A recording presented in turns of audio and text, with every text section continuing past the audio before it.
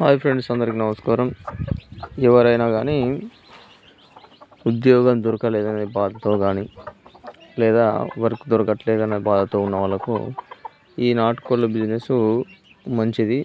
ఎందుకంటే పల్లెటూళ్ళలో నాటుకోళ్ళు అనేటివి ఎక్కువ పెంచుకోవట్లేదు, ఇరుగు పొరుగు వారితో మాటలు పడాల్సి వస్తుంది. కాబట్టి అంటే ఎక్కువ స్థాయిలో పెంచుకుంటే అవి పక్కింటి వాళ్ళ దగ్గరికి వెళ్ళి దొబ్బడం కానీ, లేకపోతే ఈ రొట్టెలు వేయడం కానీ ఇలాంటివి చేస్తాయి. కాబట్టి వాళ్ళు తిడుతూ ఉంటారు అన్నమాట.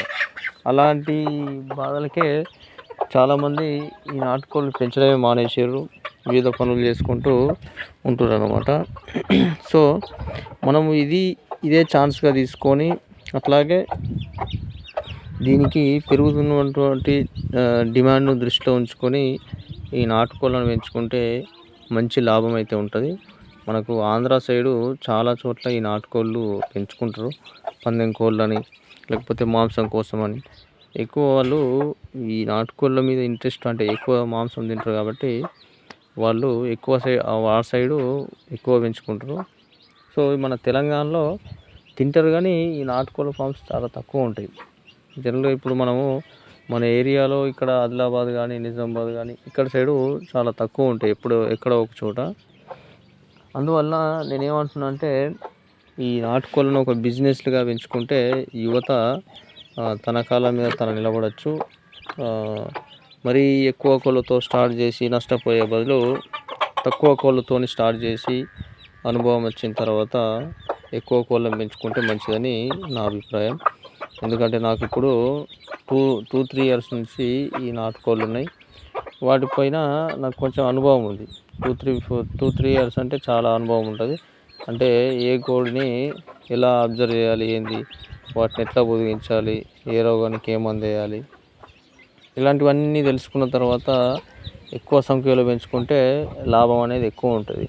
అంటే ఏం తెలియకనా పెట్టుకున్నాం అనుకోండి, ఒకేసారి ఒక 100 కోళ్ళు 200 కోళ్ళు తీసుకొచ్చి పెట్టేసుకున్నాం అనుకోండి, ఏదో ఒక రోగం వచ్చి 200లో 100-150 చనిపోయినాయి అనుకోండి, పూర్తి స్థాయిలో లాస్ అయిపోతాం. ఎందుకంటే మనకు అప్పటికి ఏ మందు వేయాలని తెలియదు, ఎలాంటి రోగం వచ్చింది తెలియదు. డాక్టర్ని సంప్రదించినా కానీ అప్పటికే ఆ రోగము అన్ని కోళ్ళకు వ్యాపిస్తుంది. ఆల్మోస్ట్ ఈ కోళ్ళకి ఎట్లా అంటే రోగం వచ్చిన తర్వాత మనము ఏం చేయలేమన్నమాట.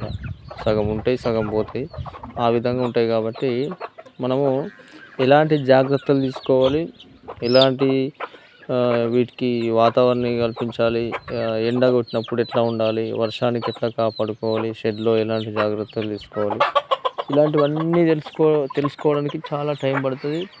అందువల్ల ఒక 30-20 తెచ్చుకున్నారు అనుకోండి, ఒక 3-4 మంత్స్ పెంచుకుంటూ 1 ఇయర్, దాదాపు ఒక 6 మంత్ వరకు, మామూలుగా ఒక 6 మంత్ వరకు వాటిని పెంచారనుకోండి, ఆటోమేటిక్గా మీకు వీటిపైన ఒక అవగాహన వస్తుంది. అవగాహన వచ్చిన తర్వాత వీటిని పొదిగేయడం, ఎట్లా పొదిగేయచ్చు, పిల్లని ఎట్లా తీయచ్చు, లేకపోతే ఇంక్యుబేటర్ కూడా బెటరే. కానీ మనం మొదట్లో స్టార్టింగ్ పెంచుతాం కాబట్టి కోడి పొదిగేసి పిల్లలు తీసుకోవడమే బెటరు. మనకు కొంచెం తెలుస్తుంది అన్నమాట.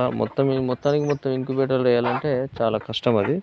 ఎందుకంటే వాటిని మళ్ళీ కోడికి వేయడము, అంత మొత్తంలో ఇంక్యుబేటర్లో పిల్లలు వెళ్తే ఏ కోడి పెంచుతుంది అంటే 50 కానీ, అంటే ఒకేసారి 50 పిల్లల్ని కోళ్ళు పెంచడానికి చాలా ఇబ్బంది ఉంటుంది అన్నమాట. వర్షం పడ్డప్పుడు వాటిని సేఫ్గా చూసుకోవడం చాలా కష్టం.